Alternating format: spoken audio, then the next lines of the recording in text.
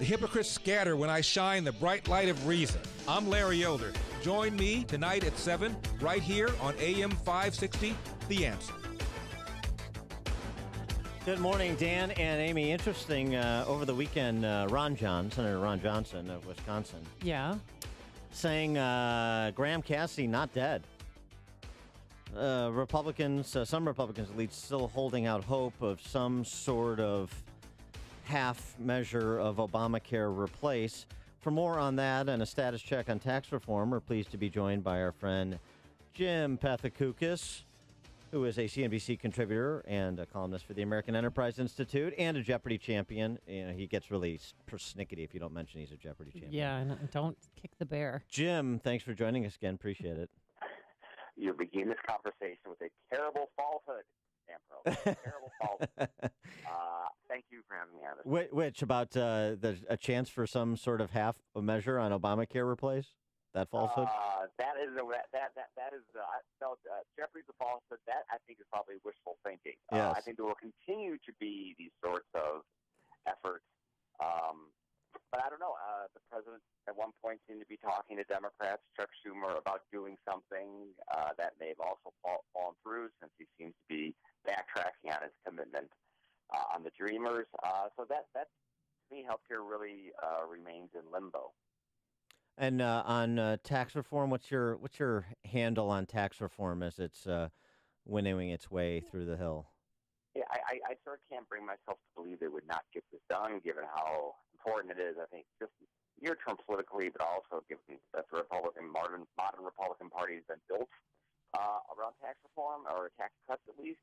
And so my guess is there still would be some sort of tax cut happening, not nearly the size that Republicans, including the president, have been talking about over the past year or two, but some sort of tax cut, parts of which will be permanent, parts of which will be temporary, but not the sort of thing which I believe would, fundamentally change the direction or pace of the American economy. Well, okay, so as you narrowly lost the Nobel Prize in Economics to Robert Thaler, so I want to get your economics take on the proposal. You're suggesting that it will not, even if it was passed in substantial form to what the president proposed, that's not going to unleash the creative energies of the American people?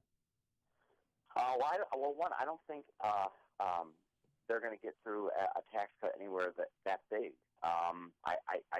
There's no sign what's happening in the Senate that it would be as big a tax cut as that. So we're talking about a smaller tax cut.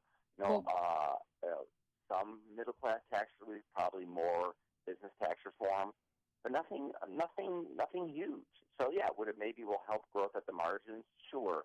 But I think just in general, to think that there is a tax plan out there that if only we implemented it, that this economy would start growing 50% faster.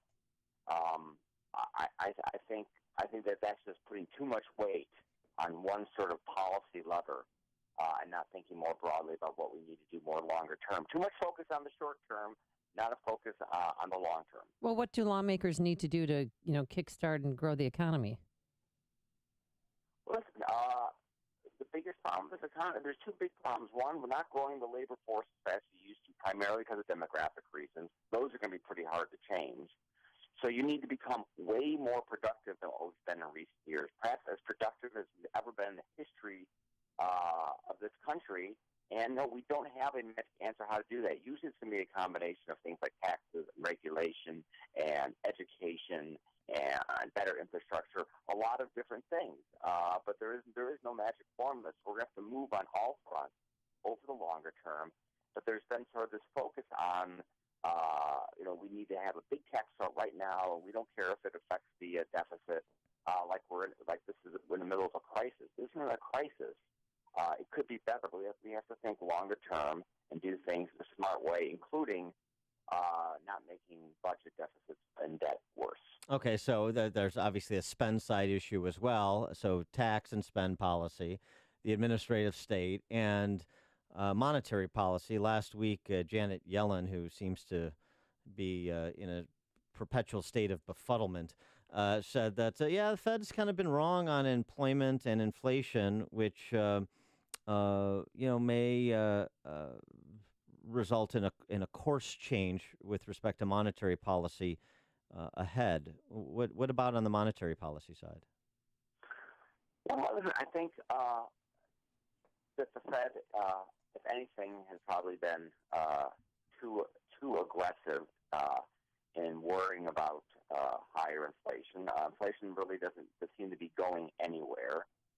Republicans have been very worried over recent years about inflation and dollar collapsing and the debt. Now that seems to have happened.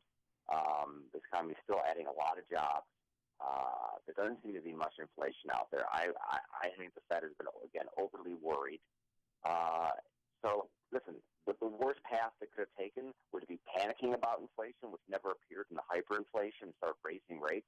So I think the Fed can take it easy. I think the course correction should be doing less, not doing more.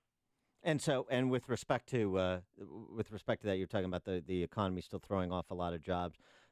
Your interpretation of the September jobs numbers and where you think this is headed. Yeah, it's still creating lots of jobs. It's hard, yes, the labor market continues to heal. It continues to tighten. That was a crazy job before the hurricane, so it's probably going to take another month or two to really straighten out. But this is an economy that, again, wages rising okay, especially with inflation so low, a lot of jobs. I just don't see the need the Fed to really to act with any kind of real speed here, and just let's let this play out and continue to get people back to work. I just find it fascinating. The unemployment rate falls, but the September, job losses were only 33,000 jobs in September versus the 90,000 jobs expected. I mean, that's a big difference. Well, again, when you have these massive sort of weather shocks, everyone's just kind of taking their best guess. So I would throw that report out. We'll probably see it like a huge reversal next month. And remember that these jobs reports, there's also two different really surveys going on. So that's why sometimes you get these kind of these weird differences in the numbers. So that's why you have to look at these numbers, sort of in context over the longer term to really identify trends and not get wigged out over one weird report. All right. He is Jimmy Pethokoukis, CNBC contributor, columnist for the American Enterprise Institute. Jim, thanks as always for joining us. Appreciate it. Thanks, gang. And he joined us on our turnkey.pro answer line. The more you listen.